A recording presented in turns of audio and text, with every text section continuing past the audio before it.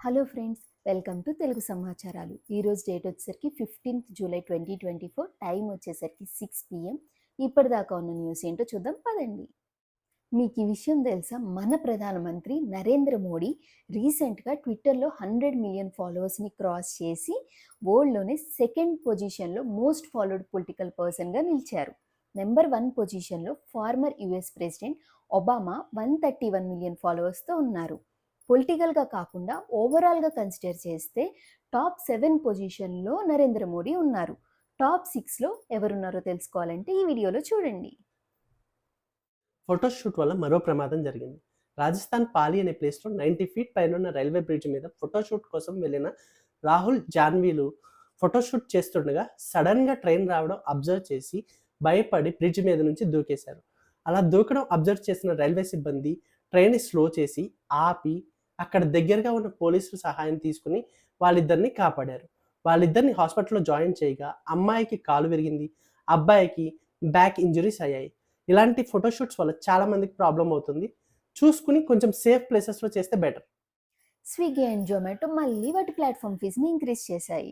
Bengaluru and ఢిల్లీలో నివసించే ప్రజలు ఈసా నుంచి పెట్టే ప్రతి ఆర్డర్పై 20% అనగా రూపీస్ 5 నుంచి రూపీస్ 6గా వాటి ప్లాట్ఫామ్ ఫీ మారబోతోంది. మీరందరూ అనుకోవచ్చు జస్ట్ 1 రూపీయే కదా ఇంక్రీజ్ చేసింది అని. బట్ ఆ 1 రూపీ వల్ల స్విగ్గీ అండ్ జొమాటో వాళ్ళకొచ్చే రెవెన్యూలో ప్రతిరోజు రూపీస్ 25 lakhs ఎక్స్ట్రా ఇన్కమ్ వస్తుందని ఎక్స్పెక్ట్ చేస్తున్నారు. నాకు తెలిసి ఫ్యూచర్లో ఇది అన్ని సిటీస్కి అప్లికేబుల్ అవుతుందని గెస్ చేస్తున్నా. రీసెంట్గా ఇండియాని లెజెండ్స్ ఛాంపియన్షిప్ మ్యాచ్ గెలిపించిన యువరాజ్ సింగ్ మ్యాచ్ అయిపోయిన తర్వాత తన ఫేవరెట్ 11ని నేమ్ చేశాడు. దాంట్లో రోహిత్ ఉన్నాడు, విరాట్ ఉన్నాడు, సచిన్ టెండూల్కర్ ఉన్నారు. బట్ ఇండియా నుంచి మేజర్గా మిస్ అయిన నేమ్ ఏంటంటే మహేంద్ర సింగ్ ధోని. ఆ నేమ్ ఎందుకు మిస్ అయింది అని జనాలు బీభత్సంగా కామెంట్స్ చేసుకుంటున్నారు.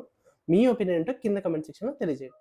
చైనాలో నివసించే ఒక ఫేమస్ ఇన్ఫ్లుయెన్సర్ క్యూక్యూ అనే అమ్మాయి సంవత్సరానికి 163 కోట్లు సంపాదిస్తోందంట. ఎలాగో తెలుసుకోవాలనుకుంటున్నారా?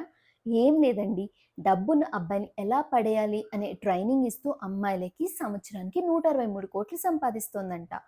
ఆ అమ్మాయి కోర్సులో హయ్యెస్ట్ పెయిడ్ కోర్స్ వచ్చేసరికి 43,000, అలాగే 1-on-1 సెషన్ అటెండ్ అవ్వాలంటే 13,000 కట్టాలంట. ఇదేం వింత ట్రైనింగో నాకైతే అర్థం కాలేదు. భయ్యా, మీకు ఈ విషయం తెలుసా? ముంబైకి చెందిన 33-year-old బిజినెస్ పర్సన్ థాయిలాండ్కి వెళ్తూ విజిలెన్స్ అధికారులకి తన పాస్పోర్ట్ ట్యాంపర్ చేయడం వల్ల దొరికిపోయాడు. ఎందుకు ట్యాంపర్ చేసావని పాస్పోర్ట్ ఆఫీసర్స్ ప్రశ్నించగా, నేను థాయిలాండ్ వెళ్తున్నానని తన భార్యకి తెలియకూడదు అన్న ఉద్దేశంతోనే ట్యాంపర్ చేసినట్టు ఒప్పుకున్నాడు.